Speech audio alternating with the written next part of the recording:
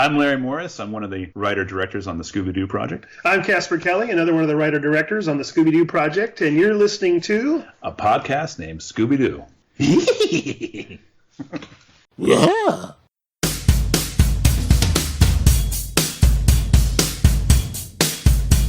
The gang's all here, they're on the case, and there's no ghost that they wouldn't face, 'cause they dig it,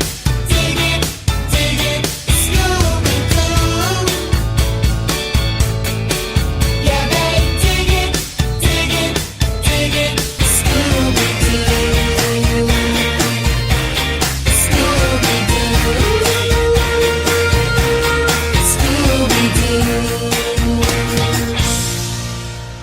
Hey gang, and welcome to another episode of a podcast named Scooby-Doo, the show that attempts to unravel 50 years of mysteries, meddling kids, and masked villains. My name is Mike Josic, and I'll be your guide through all things ghostly and groovy as I investigate every angle of every mystery and beyond. So grab yourself some Scooby snacks, fire up the mystery machine, and let's start the show. Hey guys, look!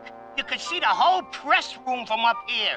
Where are you, Blue Scarab? You old meanie, you? Good idea, Scrappy. Maybe we can spot him before he spots us. Welcome to episode 32 of a podcast named Scooby-Doo. I've got another great show lined up for you all. If you follow the social media, you probably know who is coming up shortly. And if you don't follow the social media, shame on you. But my next guest, the next guest on the show is a writer, best known for his work in comics and television. He's worked in both live action and animation. And you've probably seen his work. He's written for most, if not all, of the publishers out there.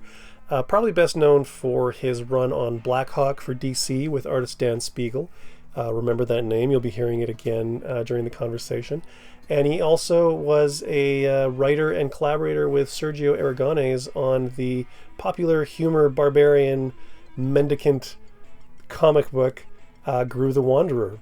Now, within the franchise of Scooby-Doo, he's probably best known for the comic books that he wrote way back when, the original Gold Key and Marvel Comics issues. And he adapted one of those stories, The Blue Scarab, for the first episode of the Scooby-Doo Scrappy-Doo show, which introduced Scrappy to the world. And that writer, if you haven't picked up on it already, is the one and only Mark Evanier. Now, Mark's been on my list of people to talk to pretty much since the beginning, partially because of a series of posts he put on his blog, News From Me, and he discussed the history of getting Scrappy-Doo out into the world. I think it was 5 or 6 parts, and after reading that, I was like, oh man, gotta get Mark on the show. But I also knew that Mark is kind of a pop culture historian. I mean, he's brushed shoulders with so many people. He's worked on so many different things, and his recall is amazing. And combine that with the fact that he's a wonderful storyteller, and he's an invaluable addition to the oral history that I'm kind of trying to put together here. He was very generous with his time. I think I've alluded, again, either on the social media or possibly on the last episode, this is a robust conversation. This particular episode, part 1, is going to be one of my longer episodes, and I think there's going to be 2 more parts roughly of the same length. So this is not a quick, take the dog for a walk, listen to kind of podcast. This is the sort of one that you want to settle into your favorite easy chair with a cup of tea, or maybe you've got a long commute, and just kind of let Mark's stories fill your ears and entertain you. I ask a handful of questions. Most of this is Mark talking. So much information, so many good stories. It's part of the reason this conversation actually took place originally, I think in June of 2019, and I kind of sat on it because I knew that it was going to take multiple parts, and I kind of wanted to get the Casper Kelly, Larry Morris interview in there and some other stuff that did and didn't happen, but it was kind of a bit of a circuitous road leading to actually getting this up. I also knew it was going to be a tremendous amount of work just doing the editing and posting it. So for those of you who knew a while ago that this was coming, thank you for your patience. And for those of you who this is totally brand new, here you go. I am thrilled to present my conversation with writer and pop culture historian Mark Evanier. Enjoy. We'll see you on the other side.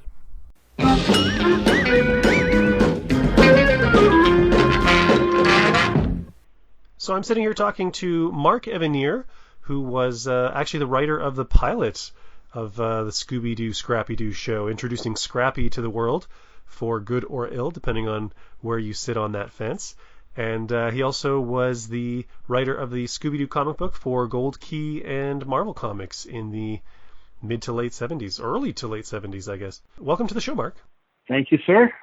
So what I usually do with most of my guests is I start with just asking kind of what your first contact with Scooby-Doo was. Were you a Saturday morning kid? Did you catch the show on TV?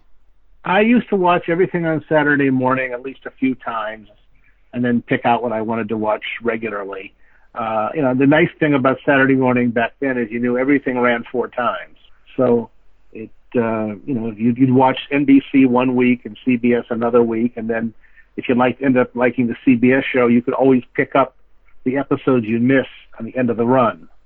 So I'd watched everything, and I watched Scooby-Doo when it first came on, and I wasn't that fond of it. I have an observation over the years that nobody really likes Scooby-Doo if they've only seen a couple of them. You have to watch a few to get in sync with the show and its sense of humor and its attitude and the characters. I don't think it's possible to watch one episode and really appreciate it. So it's somewhat like David Simon's The Wire, is what you're saying. Maybe I haven't seen that either. Oh, okay. So I watched it and didn't particularly care for it. I didn't dislike it. It just didn't seem to be a great show. I kind of had something funnier in my mind for a Hanna-Barbera. I didn't expect Hanna-Barbera to do a show that fell kind of halfway between an adventure show and a broad comedy show. And it just didn't seem natural to me or something of the sort. So I didn't really watch it much. And then a couple years later, I was writing for Gold Key Comics. The editor there was a man named Chase Craig. And I was writing Bugs Bunny and Daffy Duck and Porky Pig and some of the Disney books and things like that. And I was working for them at a very fortunate time for me in that a lot of their older writers were retiring or cutting back, or in one or two cases dying. So every time I walk into the office, Chase would say, "Hey, you want to write some Woody Woodpeckers? Hey, you want to write some Roadrunners?" I think whatever it was. So I kind of had my pick of any characters in the office.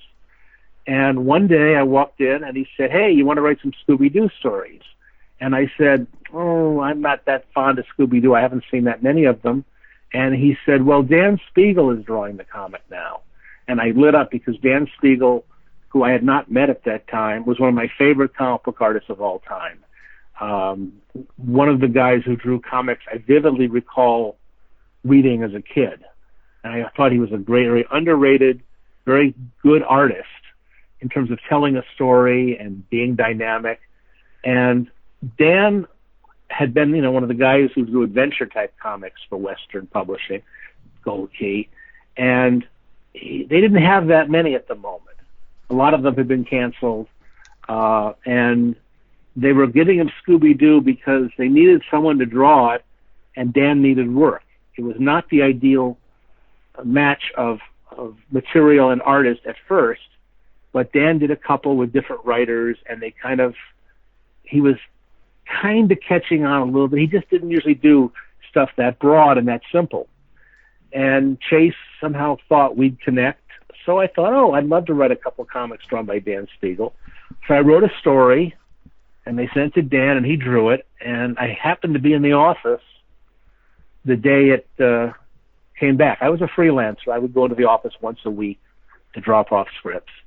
And I happened to be there, and they opened up the package, and Chase was just delighted. He went, "Oh, Dan's got it. He suddenly has figured Scooby-Doo out." And there had been a big jump in the his work. His work was never poor, but there was something kind of missing in the first few he did, and it suddenly popped up. So Chase said, "I want you to write all the Scooby-Doo scripts from now on. You and Dan seem to have a nice connection, and maybe you're good luck for him."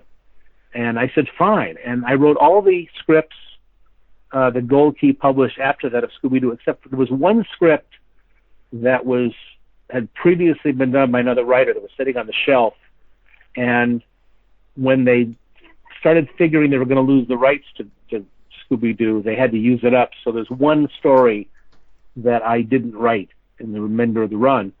But then by chance, between the time I wrote the first one and the second one, I met Dan.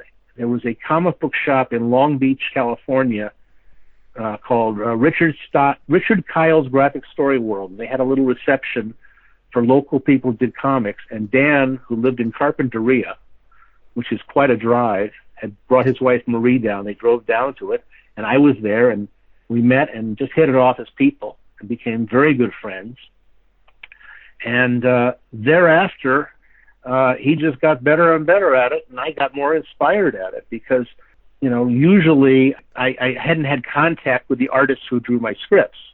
I hadn't met the guy who was drawing Bugs Bunny comics. Chase handed him my scripts. I hadn't met the guy drawing Woody Woodpecker and so on. But Dan and I became friends, and he would call me occasionally and say, "I don't get what you want to do here on page 8. Can you explain it to me?" And I never had that experience before. I was fairly new to comics at that point. So I just loved working with the guy. And I did it until Gold Key gave up the rights and Charlton snatched them up. And I went on to other things, and Dan went on to other things. Looking back at some of those older issues, I agree with you. Like, I see the difference in the quality of Dan's work. And there did seem to be, you guys were clicking really well. It was a really interesting book. It was similar to the show, but it was slightly different from the show, and the mix of Dan's cartoony, like on model renditions of the gang, but then he would do more highly detailed, like supporting characters, and they're fun books. I wish the stuff that was being published now was of like half the quality as what you guys were doing back in the 70s. I haven't seen the stuff being done now. We didn't follow the show that exactly. Back then, Gold Key, Western Publishing, didn't really care if they matched the TV show exactly because they said, this has to work as a comic book. Yeah. The best example I can give you that is they did, the Donald Duck comic books. And pretty clearly, the Donald Duck that Carl Barks was drawing all those years and writing in those comics was not exactly the same Donald Duck as the cartoons. I certainly didn't imagine when I read a Donald Duck story in a Dell or Gold Key comic, that character sounding like the Clarence Nash voice in the cartoons for the Duck. So they would tend to deviate a bit. And, the Roadrunner, in the Roadrunner comic book, the Roadrunner not only spoke, he spoke in rhyme. So Chase had impressed upon me, change the thing as necessary if you think it'll make it work. So, for example, I gave Scoobies a lot of thought balloons. Yeah. He commented on things, and probably out of character because I wasn't watching the show that much. I only hadn't seen that many of the shows. I actually was kind of working off the previous comic books more than off the show, and I'm not sure why I didn't watch the show that much. But when I did watch it, I didn't feel like I was doing quite the same characters. It felt a little distant. I said, that's their Scooby-Doo. I'm doing something for I'm doing the comic book Scooby-Doo. Yeah. Later, when we did the comics you refer to as being done, they were published by Marvel. Those were edited out of the Hanna-Barbera studio. Literally, it was Hanna-Barbera would edit those comic books. Well, people at Hanna-Barbera, including myself eventually, would edit those comic books. And since we were producing them in the studio, and the idea was to try to get back towards the TV show, to tie her to the TV show, I stopped having Scooby have thought balloons, and I made him a little dumber, a little more craven. And those issues I was trying to match the TV show closer. I wasn't really, since my editor at Gold Key didn't care, I didn't care before. I went back and reread the Blue Scarab issue, in preparation for this, because of course that was your first episode for the TV series, and it is different as far as like it doesn't follow the same flow or format as the show, but at no point do I feel like you're kind of betraying, what the characters sort of are at their core. Like they're doing different things, and it, like you said, it's the comic book version of the gang, but it still felt like Scooby-Doo. It didn't feel like somebody who just came in and was like, it's 5 kids and a dog and whatever, they're going to do this thing. Yeah, well, I hope that's the case. The problem you have in differentiating a comic book from a TV show is that in the TV show, an awful lot of the fun, and I think some of the gold in the TV shows was all those scenes of Shaggy and Scooby running madly around the house or madly around the amusement park or wherever they were and getting into trouble. And there was a lot of sight gags and visual gags and motion gags. Well, in the comic book, especially if you've got a short, a limitation on pages, you can't do a lot of visual motion gags. You can't. You have to do more verbal gags, and of course you've got a plot to convey. And the Scooby-Doo, episode, the thing that I think people really wanted was to be able to read a story or watch a show and kind of guess who was going to be the villain and who was going to unmask it. Where's the clue? And I think the most satisfying ones were ones where when the villain was unmasked or the plot was unmasked at the end, you went, of course, that makes perfect sense based on the clues and based on the deductions and based on the suspects and such. So it's hard to put like 3 or 4 different suspects into a 12-page comic book story. Yeah. It's tough to service them. So you're always compressing. So I think the comic books just by nature had to be a little more verbal and less prone to chase scenes. But I felt that the TV show, when you watch it once a week, they can get by with a more repetitive story structure. I mean, a lot of the shows have the same rhythm. Yeah. The characters go someplace, and then somebody is scared by a ghost or a monster or something like that, and then the kids are going to get involved, and they do some false leads, and they meet 3 suspects, and then at some point they uncover the crime, and Scooby and Shaggy run madly around someplace, and through not heroism so much as dumb panic luck, they crash into the villain or lock him in someplace or whatever, and then there's the unveiling, and then you have the scene where Fred explains what happened. Now that's not a bad story structure, but I don't think, especially if you've got a comic book with 2 stories in it, you can't do the same structure in both stories.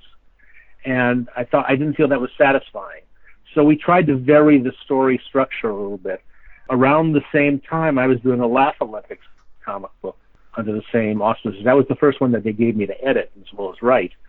And I put a plot in that the Laugh Olympics TV show, which I assume any Scooby-Doo fan has seen at some point, pretty much was linear. It just kept, here's the race, and we're going here, and we're going here, and we're going here, and this guy cheats, and this guy does this, and finally, here's who crosses the finish line.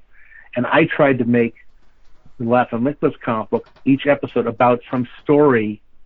The first issue I think was, Augie Doggy and Doggy Daddy tried to prove his courage to his son, and I forget the second, but there was another story going on apart from the race, and I think that was appropriate for the comic book. It might not have been appropriate for the TV show. I did not work on the Laugh Olympics TV show. I will say, you commented on the lack of being able to do like the chase scenes and the real visual gags like on the show in the comic book. But I do think that Dan really did pull off a real kinetic sense of motion with like Scooby and Shaggy when they were in a sense of panic. Yeah, I hadn't actually looked at the comic books in a really long time, and going back to them was actually kind of a treat. What was your first issue? When did you first start? Because they were adapting episodes for a long time. Well, they adapted episodes because Chase Craig knew that there were people at the studio at various times. So you got to remember here that Chase Craig was working for a company called Western Publishing Company. Western Publishing Company did their comic books under the Gold Key imprint, and later they did some of them under the Whitman imprint. Right. They had previously, Western had done the Dell comics, and there's a whole circuitous thing about how Dell parted company with Western, and Dell began doing their own comic books. But in the 60s, Dell was doing their comics, and Western was doing the Gold Key comics. And they had licensed the right from Hanna-Barbera not only to do Scooby-Doo comic books, but Scooby-Doo coloring books and Scooby-Doo puzzle books and Scooby-Doo activity books and a certain amount of Scooby-Doo merchandise. And the comic book, as one of those, pieces of merchandise, was technically subject to Hanna-Barbera approval. Western Publishing's offices were located on Hollywood Boulevard, directly across the street from the Chinese Theater, the famous Grauman's Chinese Theater. Literally, if you looked out Chase's office window, you were looking down at the courtyard of Grauman's Chinese Theater. And Hanna-Barbera was located at 3400 Cahuenga Boulevard. Anybody who cares about this stuff can go and go to Google Maps and see that essentially the offices were about 2 miles apart. And there were guys who worked at Hanna-Barbera who would come down to Western and pick up moonlighting work for the Gold Key comic book. Some of the same writers worked on both. Some of the same artists worked on both. And so there was a symbiosis there, and Chase had to occasionally take the comic book material to the studio, and someone would approve it and say, yeah, you're drawing the characters right, or you're not drawing the characters right.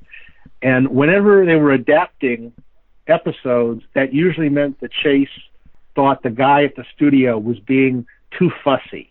There were times when the guy at the studio would just go, just do it. You don't need to show it to us. And there were times when someone there, because the control passed from different executives, some guy wanted to look over every page and criticize it. So it was just easier to adapt an episode script, and then they couldn't really very much complain about the script in the comic book because it was an episode that had aired on the show. And then they would get away from that whenever they thought the people at the studio didn't care that much. About the same time I was doing Scooby-Doo, I did the first issue of a comic called The Amazing Chan and the Chan Clan. And this was a thing, it was another show kind of in the Scooby-Doo vein that Hanna-Barbera produced. And it had to be produced, that first issue had to be produced at breakneck speed. Usually we were way ahead of everything.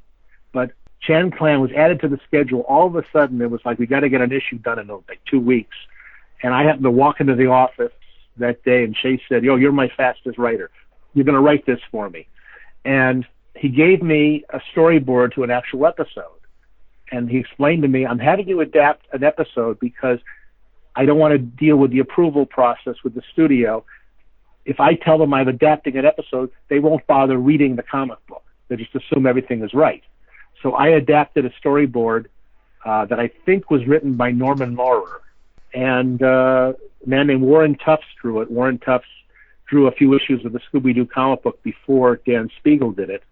And Warren Tufts was one of the great comic artists who ever lived, a lovely, wonderful man who died way too young. So we had this, mandate. We had to deal with the studio approvals.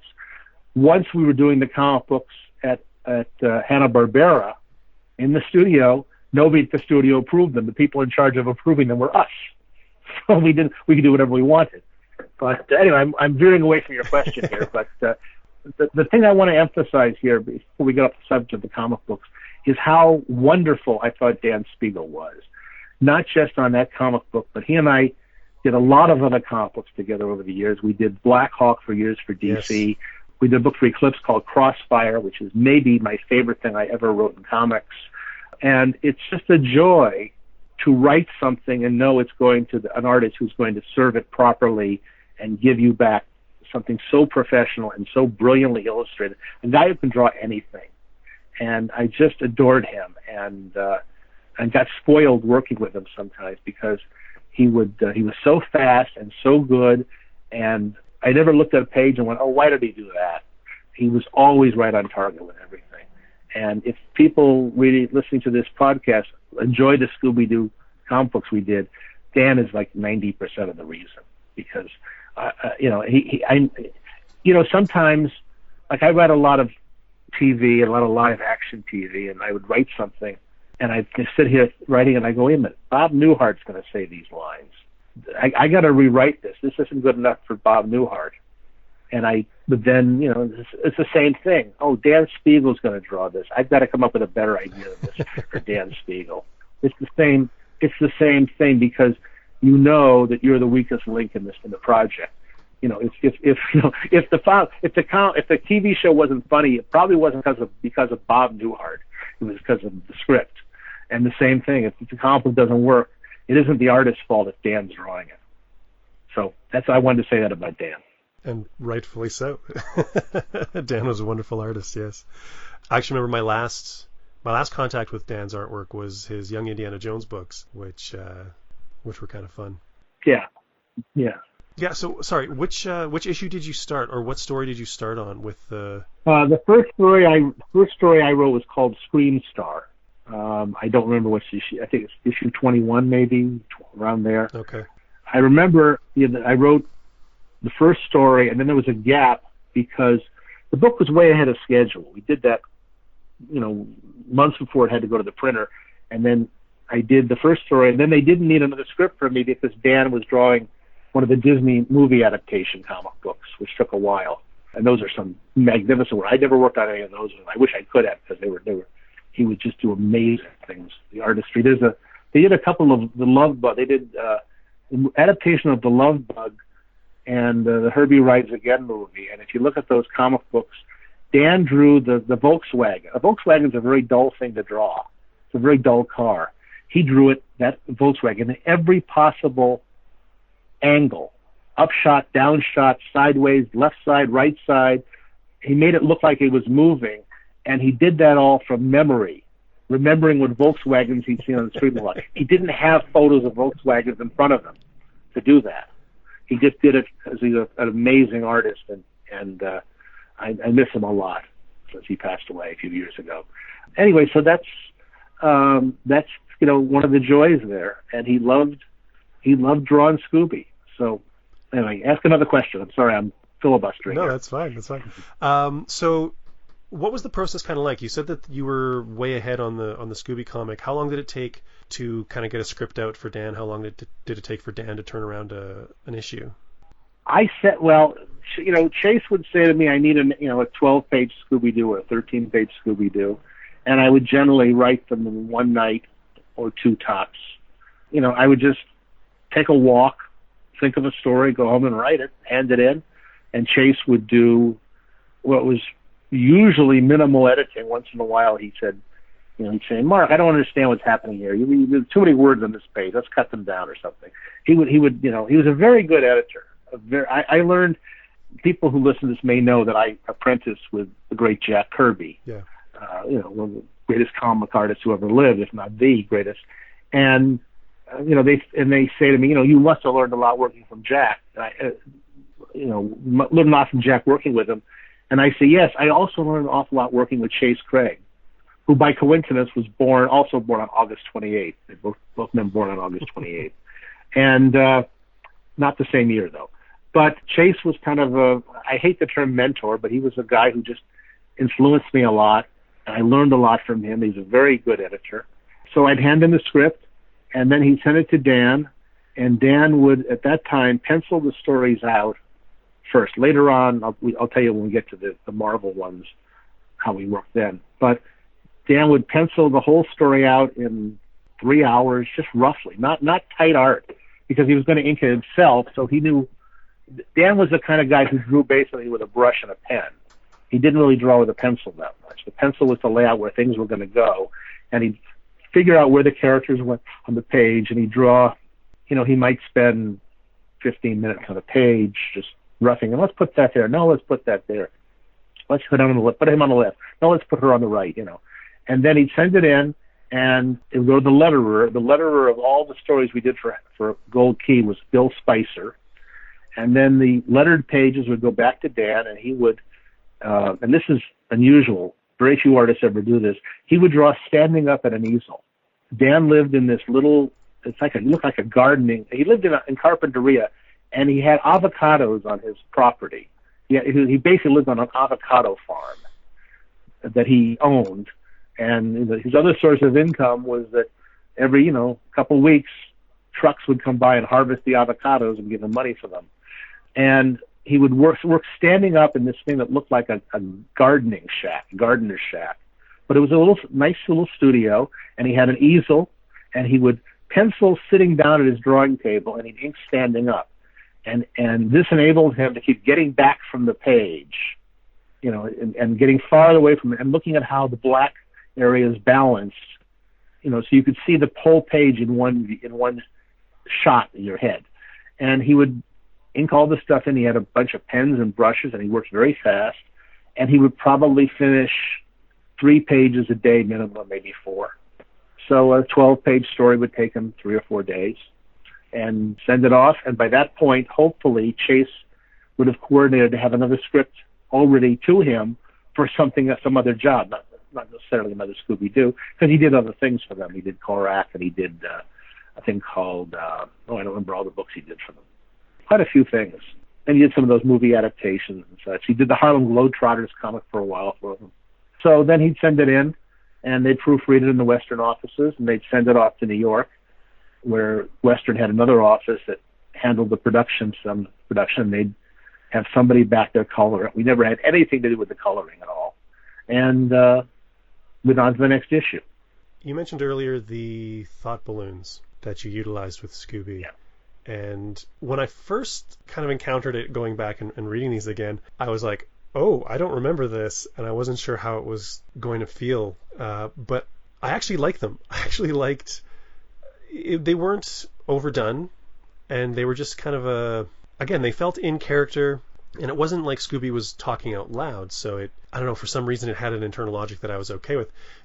Was the purpose of using the thought balloons for Scooby just because so much of him was like visual on the TV series, and you needed to utilize them differently in the comic book? Yes, and also, you've got, those stories are terribly cramped. I would have much preferred it if we'd done book-length stories, but they wanted 2 stories in an issue. Right. So, and so you're always compressing. The number one thing I would do in writing these stories is keep compressing. I keep going, I got to get this can't be 4 pages. I got to make it in. I got to do this. I've got to achieve this in 2. And the thought balloons would help convey information sometimes. And also, you want to keep Scooby alive. He's the star of the show.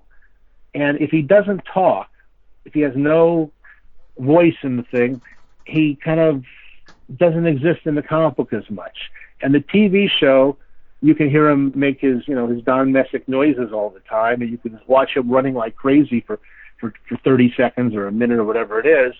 But we don't have those. We don't have that sound in the comic book. We don't have that. So the action stuff. So the word balloons help us to make him more dominant in the scenes. If Spread's talking and Daphne's talking and Shaggy's talking and Scooby doesn't, he kind of would disappear in the scene, and he wouldn't have a presence in it. So I did the word balloon sometimes to call attention to him because he's the star of the show, and the star has to be present in it. You have to give people who are picking up that comic book are not picking it up because they like Fred or even they like Shaggy. They're picking it up because, number one, they like Scooby, and if they don't like Scooby, they're not going to buy the book at all. So you got to give them to Scooby. Did Hanna-Barbera have any opinions on that?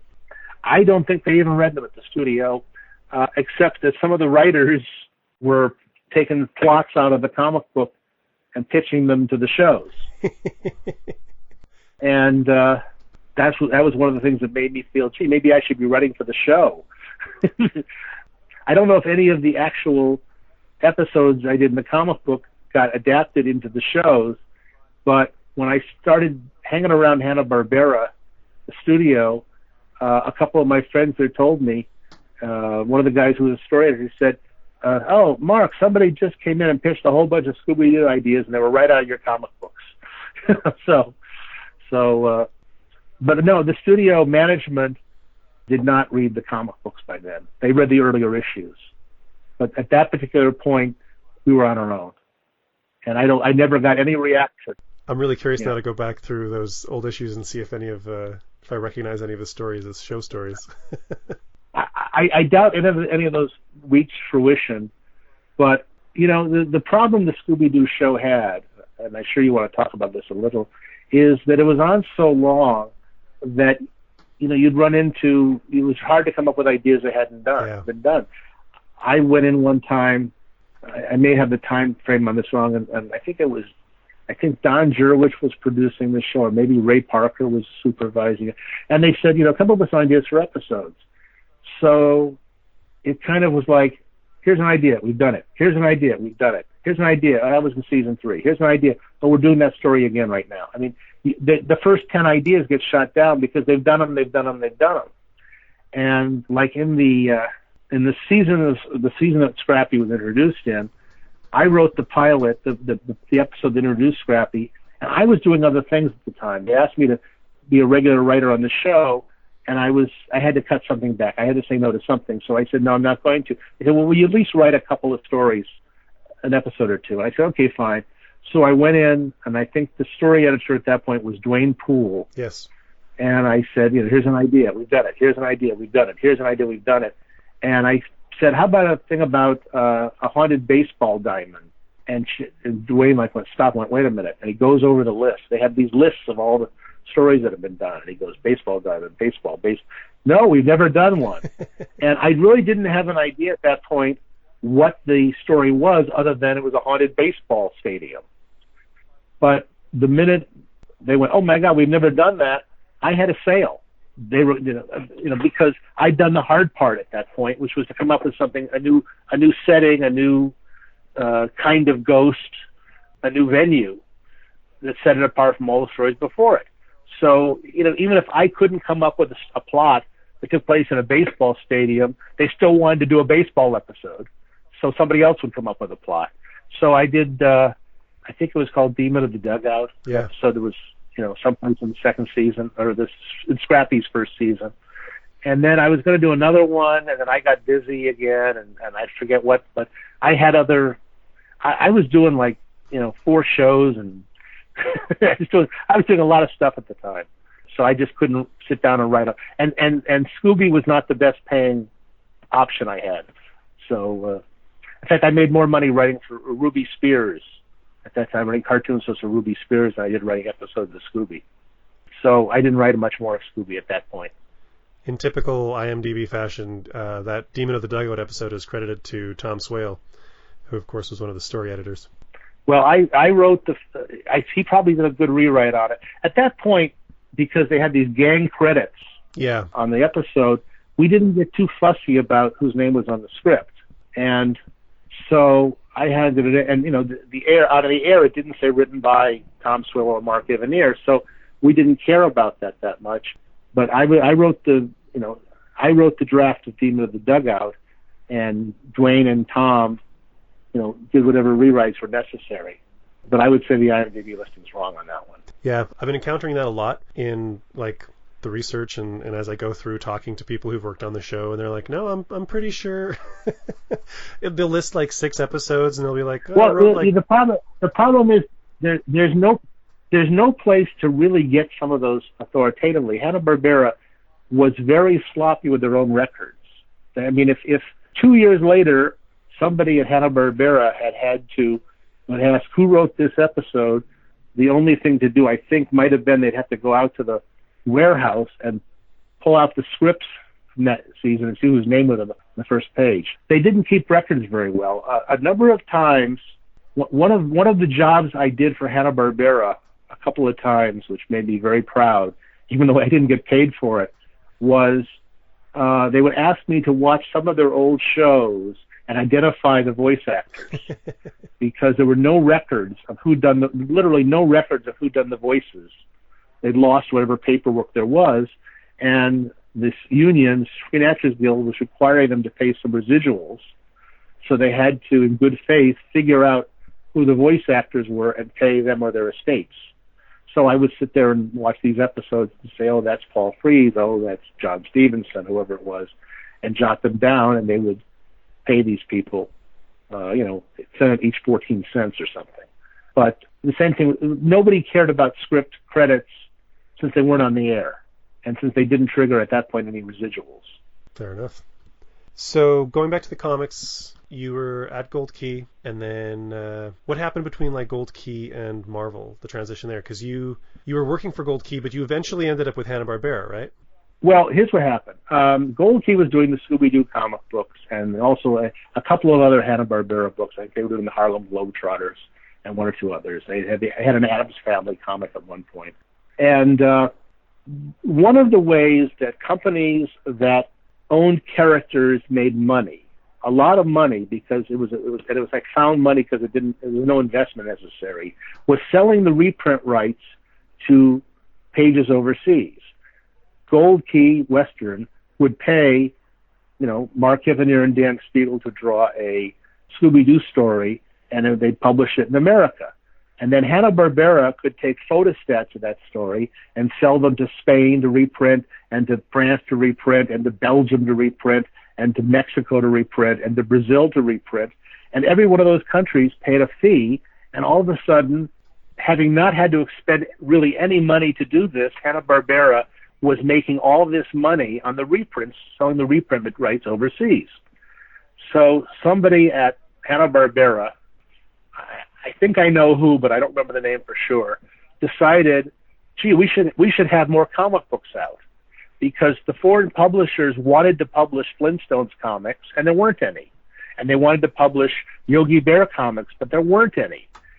Western was not publishing a Yogi Bear comic. It was not publishing a Flintstones comic at that point.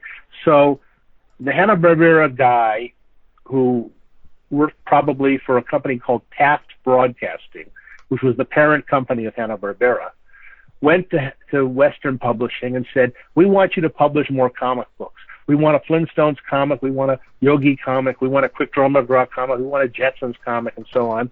And Western Publishing was at that time having trouble getting their work on newsstands. Comic books were in big trouble in the early 70s because newsstands were just dying out across the country. There was more and more problem finding comic books to purchase, and you can't purchase material you can't find easily. At one point, Gold Key comics were literally not sold in New York State for a while. They couldn't get a distribution deal they wanted. So here's, one of the biggest markets in the country, and there are no Gold Key comics for sale. You can imagine what that did for the overall circulation figures. And Gold Key said, we cannot add 10 new comics like you want. They won't sell, we'll get killed. And the people at Hanna-Barbera at Taft Broadcasting wanted that to be done because they wanted all those pages that we generated they could sell overseas to the foreign publishers. So somebody made a liaison with Charlton Comics in Derby, Connecticut, which is that's a very long, circuitous story you don't want to hear. And Charlton said, yes, well, we'll publish all those comics. So Charlton began to do the Hanna-Barbera comics, and they got the rights to Scooby-Doo when Gold Key's rights lapsed. And they put out, instead of having like 3 Hanna-Barbera comics a month, like Gold Key was doing, there were suddenly about 9 that Charlton began doing. Unfortunately, along the way, the Hanna-Barbera executive type people learned that there was a difference between having the Flintstones and Yogi Bear and Scooby-Doo and Top Cat comic books drawn 2 miles away from the Hanna-Barbera studio by guys who'd worked on the TV show and were moonlighting, and having them drawn in Derby, Connecticut, across the country by people who'd never worked on the characters in animation and who were being paid the lowest rates in the industry. The budget for a Charlton issue of Scooby-Doo was probably like less than half of like a Gold Key issue of Scooby-Doo. They paid the writers less, they paid the artists less, and the foreign publishers began to refuse to take any of that material. They just didn't want to buy it because they thought it looked ugly. So to try and bolster the volume of good material of Hanna-Barbera that was produced so it could be sold overseas, the Taft Broadcasting people canceled Charlton's deal at the first opportunity, and they set up a operation in the Hanna-Barbera studio to produce material, and the idea was that they would be done on a higher quality than Charlton, and then the foreign publishers would buy the material and they'd reprint it overseas. So Chase Craig had retired. Chase had hit retirement age at Western Publishing. He'd retired, and he, was not working anymore. And they came to him and said, "Would you come out of retirement and edit a couple of comic books for us?" And Chase said, okay, I'm not going to work full time anymore, but I can go in a day or two a week and edit some comic books. So he began doing these comics, and at first Hanna-Barbera tried to make a deal to publish them themselves, to start a Hanna-Barbera comic book company, but then they discovered that the newsstand distribution was a closed entry. It was a club you couldn't get into. Yeah. No, you could not get distribution. I went through something very similar with the Edgar Rice Burroughs Company. For a while, I did foreign comics of Tarzan and Korak that were just for the overseas market. It was the same thing. Edgar Rice Burroughs Incorporated had taken the rights away from Gold Key because they wouldn't produce enough material. In this case, they gave it to DC, and DC produced material that the foreign publishers found insufficient for their needs or wrong for their needs because they had redesigned Tarzan and redesigned Korak. So Edgar Rice Burroughs hired a bunch of us to do material for the overseas market that held to the old Gold Key versions, and that was sold overseas. It was the same exact situation, oddly enough. So Hanna-Barbera found they couldn't start their own company, but the people at Marvel said, hey, we'll publish them. So the deal was made to publish 4 bi-monthlies, Flintstones, Scooby-Doo, Yogi Bear, and Dynamite. And Chase began to edit them and put them together, and that's where I came into the picture. And he brought me in to do them. You want to hear a story? Yeah. I was working on sitcoms. Yeah, this is a very strange story. I was writing a TV show called Welcome Back, Kotter, which was one of the number one shows on ABC at the time. It was a hugely successful show, and it was a heck of a lot of work. I worked day and night. You wouldn't believe the hours we kept on that show and how hard it was. I used to not be able, I didn't have time to go to the laundromat and get my clothes washed. So at lunchtime, 2 or 3 days a week, I would run out to a department store near the studio and buy clean clothes to wear to the office the next day. And when I finally left the show, I had enough underwear that I didn't have to buy any more underwear for about 15 years. I had 150 pairs of underwear. So I decided to leave the show. And this is the story I'm telling you. This is an absolutely true story. You've got to believe me on this. Nobody would make this up. I quit the show, and we had, at the end of the season, we had a wrap party. And it was at the end of the season. It was the end of the second season of the show, and there was a big party and on the stage, and everybody and people were eating and drinking and stuff. And my then girlfriend was a girl named Christine, who was on the show sometimes as a classroom extra. That's where I met her. So we, did the show. We worked on the show all night, and we went to the party all night, rather. And then we went back to my place for the night. And I woke up in the morning, and I had no job. I had quit Kotter, and I had nothing else to do to write for money.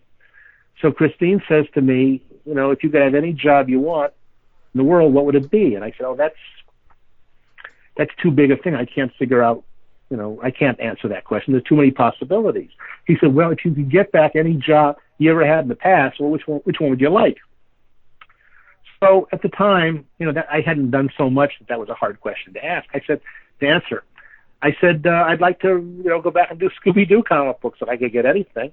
I did them, and I told her how I did these for this lovely man named Chase Craig at Gold Key, and a man named Dan Spiegel drew them. And she said, well, why don't you go call him up and see if you can get that job back? I said, because Chase Craig is retired. He's not there anymore. And I thought, I didn't know about the Marvel deal, or the Hanna-Barbera deal at all. I thought Chase was retired. And Charlton has the rights. I didn't know it had been canceled. And Dan Spiegel is not working for Charlton or anybody else for Gold Key right now. So I can't get Scooby-Doo comic books. I can't get Dan Spiegel. I can't get Chase Craig. So we went on to other topics like, where was she going to get a job now? And about 15, 20 minutes later, so the phone rang, and it was Chase Craig calling me. And Chase said, listen, Mark, I've come out of retirement. We're doing a new Scooby-Doo comic book I'm editing out of the studio, and Dan Spiegel is drawing it, and he asked if any way we could get you to write it. And I said, well, who's writing the other one? He told me he's doing these 4 comics. He said, Flintstones, Dynamite, Yogi Bear. I don't have another writer yet. I just started this week. And I said, well, I'll tell you what, if you give me all 4 of them to write, I'll write them. He said, you got them. You want to go to lunch today? So I had lunch that afternoon with Chase, and at 3 o'clock that afternoon, I'm sitting in my home office writing a Scooby-Doo comic book for Chase Craig that Dan Spiegel's going to draw. That is a true story. I swear to you, that's a true story. So I was unemployed for 4 hours. And I wrote the very first issue of the Marvel Scooby-Doo comic. Chase had already bought a script from a man named Bill Ziegler, who was mostly an artist. The first story in that first Marvel Scooby-Doo, it's called something like, 3 Phantoms Too Many or 1 Phantom Too Many, whatever. It's the cover story. I didn't write that one. I wrote everything else in that comic. But Chase had not thought he could get me because I was writing TV, and he thought, well, once they're writing, they're getting TV money, they're not going to want to work for comic book money. And so Bill Ziegler write a script, and then he called Dan and said, Bill Ziegler's writing this first script, and Dan said, oh, why didn't you try to get Mark? And here's his phone number, call him. And he called me, and, that's what happened. So I wrote the rest of them. And then Chase, at some point, decided to retire, and I took over running the Hanna-Barbera comic book division. He just gave it to me. And I took over. We did the last Olympics comic book. We did a book called Hanna-Barbera TV Stars. We did a book called Hanna-Barbera Spotlight. We did a bunch of tabloid Flintstones Christmas Party, Yogi Bear's Easter Parade. Yeah. And then we also did hundreds of stories for the overseas market. All original? Yeah, we did all new stories. What happened was that the overseas publishers were rejoiced when they saw our Scooby-Doo stories and our Yogi Bear stories.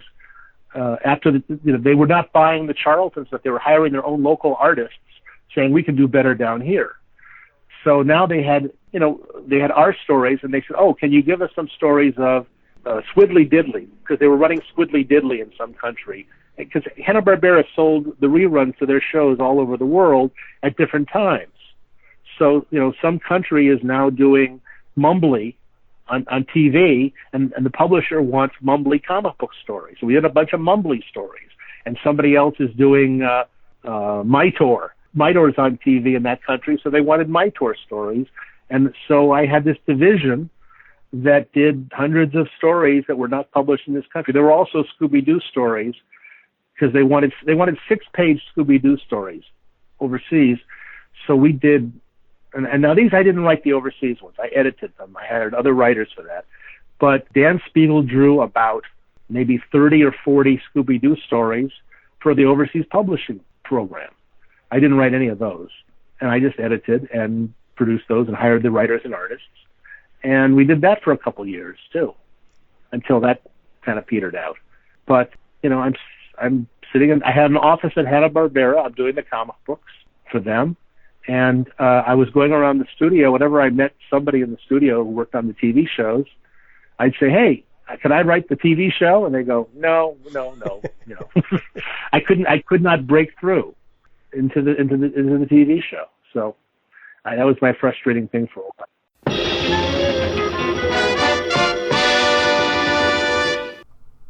And that concludes part 1 of my conversation with writer Mark Evanier. I hope you enjoyed listening to that as much as I did putting it together. I know I always say that, but it is always true. And I hope you'll join us for part 2, where we talk a little bit more about getting into Hanna-Barbera as a studio and working in animation, and the, of course, eventual creation and execution of Scrappy-Doo, which I know there's at least 4 of you out there who are just as interested in that as I am. If you're interested in checking out more of Mark, you can find him online. He's got a blog, www.newsfromme.com, newsfromme.com. Bit of a play on words. News from Mark Evanier. Haha. You can also catch him on Twitter at Evanier, Evanier. And you could check out dozens and dozens of back issues of comic books that Mark has written. You can find them either in your back issue bins at your local comic shop, which you can't technically go to right now if you're listening to this in the present day and not in the far distant future when the realities of COVID quarantine are no longer a thing. But you could also find a lot of the stuff probably digitally through Comixology or various other online delivery systems. If you want more information or just to keep up with the podcast on social media, you can check me out on Facebook. I'm also on Instagram and Twitter. It's all basically search a podcast named Scooby-Doo or at Scooby-Doo Cast. There's also the blog, scoobydoocast.wordpress.com, where I will post behind-the-scenes stuff from the interviews, as well as the Apocalypse Variations, which are interviews, brief interviews that I do with artists who worked on variant covers or regular covers for Scooby Apocalypse over the course of its 3-year run. Pretty much every issue had 2 covers, and some wonderful artists worked on those, including Joel Jones and John Boy Myers, who are the 2 that I currently have posted over there. And that's really all from me. I don't think... not a pun. That's all that I have for you. I don't want to take up too much more of your time because it's already been a while. So thank you so much for checking the show out. Follow, subscribe, share, all of those things with all of the social medias. If you know anybody else who might be interested in the show, be sure to let them know. Pass it along. Word of mouth is a powerful, powerful thing. And it would be a much darker, boring place without you guys out there downloading and checking out the show. So take care. We'll catch you next time on the podcast. And remember... You're dealing with Scrappy-Doo now. Prepare to splat!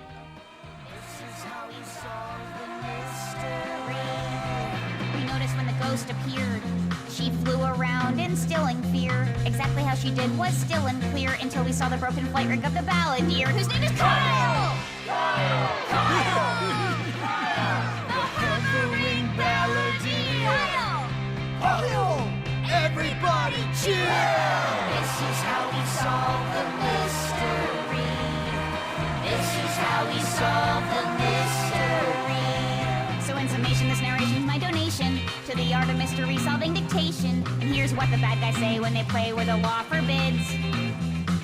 Would have gotten away with it too if it wasn't for you meddling kids. This is how we solve the mystery. Bye.